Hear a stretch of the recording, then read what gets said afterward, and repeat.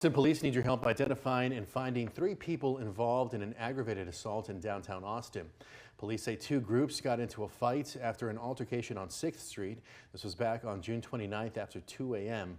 Investigators say 2 men were stabbed, one in the back, another in the stomach. Contact Austin Police if you have any information.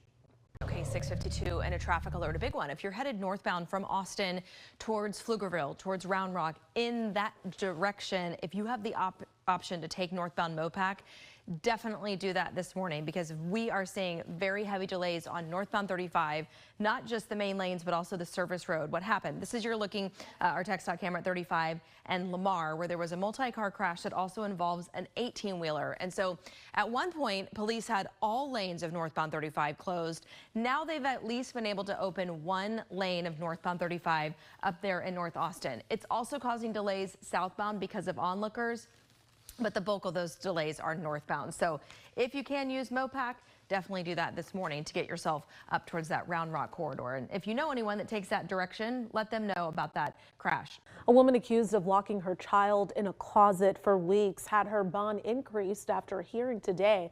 Virginia Gonzalez was previously under a $75,000 bond with the conditions of no contact with minors and a required mental health evaluation.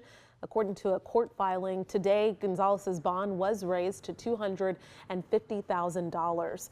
She currently faces a first-degree felony charge of injury to a child. The DA's office said in its filing there is a missing person investigation for one of Gonzalez's children.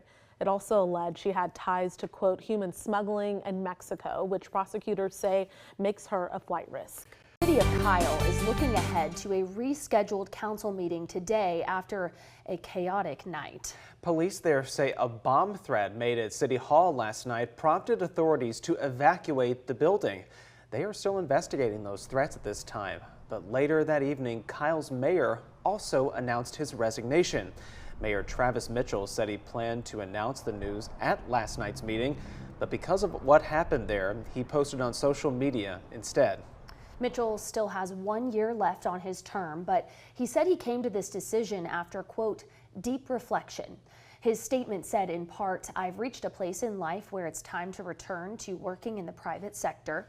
He went on to say serving as mayor has been deeply meaningful, but it has also been putting other parts of my life on hold. Mitchell explained he'll remain in office until November. A special election is set to be held then at the same time as council races for District 1 and District 3 in Kyle. The council meeting was rescheduled for later on tonight. Tonight we got special access into the flood-ravaged town of Hunt, Texas, home to Camp Mystic, and met with community members in a neighborhood we haven't visited yet. KXAN's Brianna Hollis takes us to Bumblebee Hills and introduces us to a woman who got a harrowing call from her father as the floods came in. And within moments, all his windows crashed in, and it just got knee deep in seconds, and called me and said, I'm waist deep, the kitchen table's floating, I don't know what to do. Jenna Lair got that call from her dad, Billy Hughes, around 5 a.m. on July 4th. He's lived here over 40 years, and he's so far from the river, not in a floodplain. I just couldn't wrap my mind around what he was even saying. These photos show how high the water line of the one-story house got, and Billy got himself to the attic. I was concerned because there's nowhere to go after that. He did the only thing he could do. Wait. He climbed up in there with just his phone and his wallet and his glasses and just stayed and prayed. He said he could hear people outside screaming for help, and you can't see, you can just sit and pray. The floodwaters stayed just low enough, and a deputy brought him to Jenna's house when it was dry enough to get there. That was one of the best moments. The muddy old man getting out of the sheriff's car and walking up to my porch. As you can imagine, this home wasn't the only one hit by the floods in the Bumblebee Hills neighborhood. The entire street here lined with debris, but everyone came together.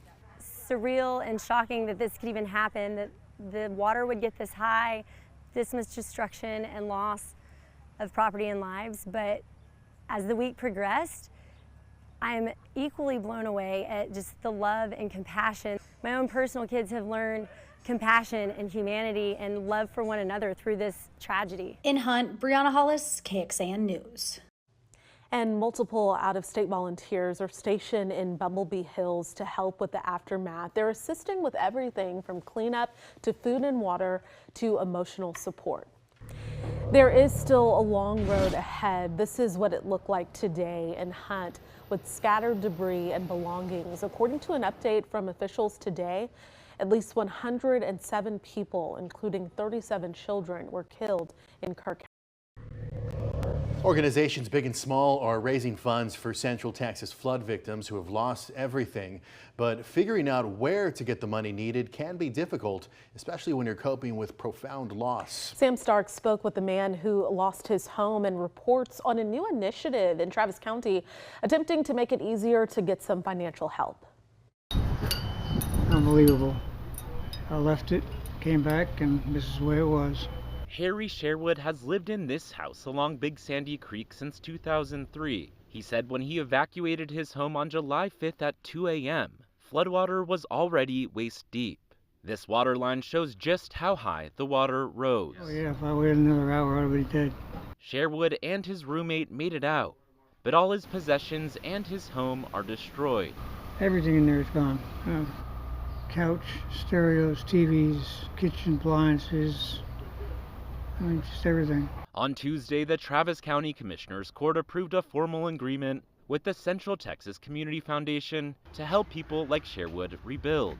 A similar partnership has already been established for Williamson County flood victims. When individuals get a few weeks down the road, what they're going to need the most, honestly, is cash. People both with and without flood insurance can go to Central Texas Community Foundation's website and apply for assistance. That's also where people can donate money that will go directly to those victims. We want to be able to just step into that gap and help those neighbors in need. Neighbors like Sherwood. I had a nice home. I don't anymore. I got to start from scratch. Sam Stark, KXAN News. And the neighbor we spoke with has flood insurance, but he also has a GoFundMe. You can find that information in this story at KXAN.com. Travis County's Office of Emergency Management is offering other resources for flood victims. On its website, the county has links for damage cleanup, brush pickup, and various phone numbers for different services. FEMA is also providing assistance for the county after Governor Abbott extended disaster declarations to several counties across Central Texas. Both FEMA and the county can help people with temporary lodging. Austin City Manager T.C. Broadnax presented his proposed draft budget of $6.3 billion to City Council members today during their session. That draft budget released to the public late Friday. KXAN's Grace Reeder sat down for a one-on-one with Mayor Kirk Watson to discuss some of what's proposed in the budget. The city manager's proposed budget came out late Friday. First, just talk about what is in that proposed budget. Yeah, well, there's a whole lot in it, of course. The proposed budget, there are two numbers that immediately jump out at you when you think of the proposed budget. One is the overall all funds, what's referred to as the all funds budget, and that's a little over $6 billion. And so it's a big budget. A lot of people see that and think that's the budget, and they compare that budget to other cities and start doing those kinds of comparisons. But what you have to look at in that budget, it's made up of really two segments. The first segment that I would mention would be what we call enterprise funds. Those are parts of the budget that aren't paid for by property taxes. They're not paid for by sales tax, collection of sales tax. They're paid for by fees and things of that nature for those and rates for those funds. Anyway, those enterprise funds are really the biggest part of the overall fund, and of course the airport and Austin Energy and water make up a huge chunk of that.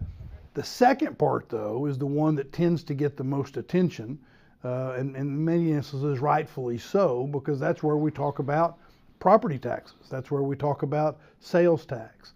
That is what we refer to as the general fund budget, and that's $1.5 billion. Again, we're not talking about a small budget. It's a big budget, but it's $1.5 billion out of a 6.2 range overall budget, and that's what will get the most attention. Although we will also pay real close attention to what people are paying with regard to rates and fees and those sorts of things.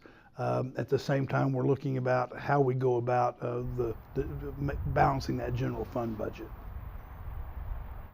And our thanks to Grace for that. If you want to learn more about how the city plans to spend its money in the budget, you can check out this story on the homepage of KXAN.com.